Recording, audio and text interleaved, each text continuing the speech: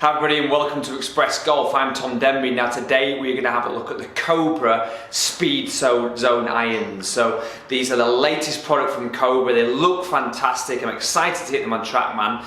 So let's get some numbers.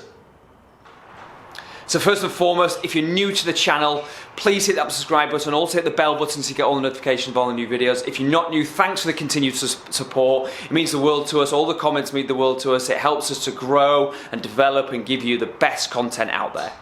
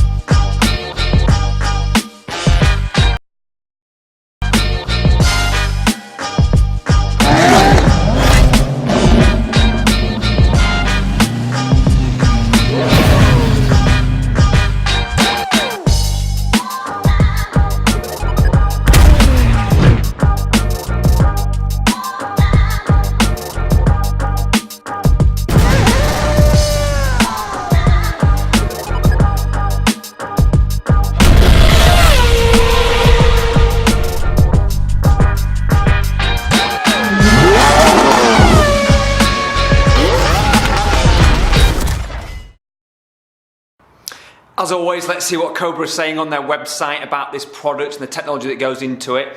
So we've got the SpeedZone, so our first ever carbon fiber top line with a power shell technology and speed back shaping, delivering maximum speed, power and forgiveness.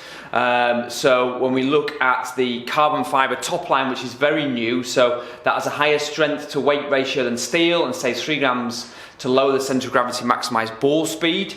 Also looks good. Then we've got the forged power shell face. A forged power shell face insert features a 35% larger sweet spot zone area, an 8% deeper undercut to enhance ball speed and launch across the face. So then we've got a speed back shape, so more stability and off-center hits. Extreme heel-toe weighting creates a lower center of gravity and a higher moment of inertia than most traditional iron shapes allow.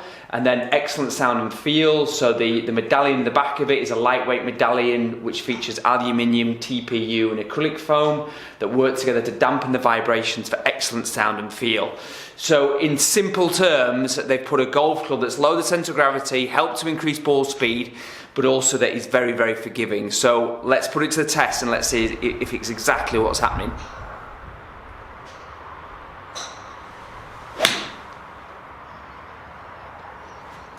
So what are my first thoughts about these irons in terms of how they look? I absolutely love them. I think they look great. They've got a really good finish to them.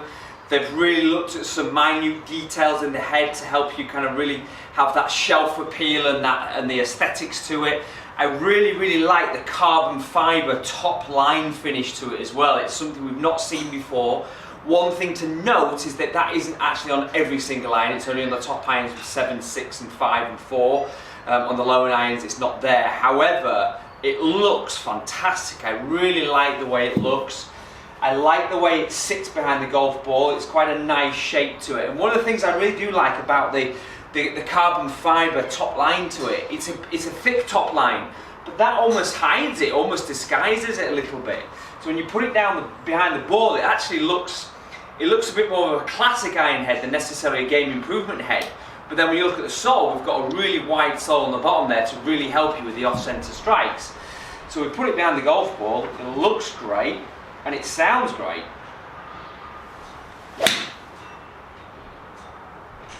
So it really feels like it's coming off the face very quickly, but incidentally, without that traditional clicky sound that we seem to be getting a lot recently. So I call it traditional, it's quite new, but you're getting a really solid sound off this, so it's really dampening down. So maybe the technology in the back plate there is actually working.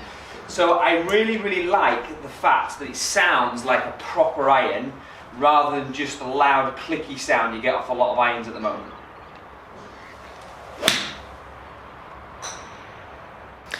So what's Trackman saying about this? So when we look at the initial numbers that we've got on here, so we've got a club head speed at 88 miles an hour, we've got a ball speed of 122, so a smash of 1.38. Now I would anticipate that to be a little bit higher with the tech that they said it's been put into this iron.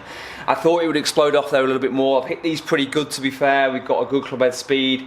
The launch angle's good at 18 for a 7 iron. We've got decent spin at just over 6,000 on average.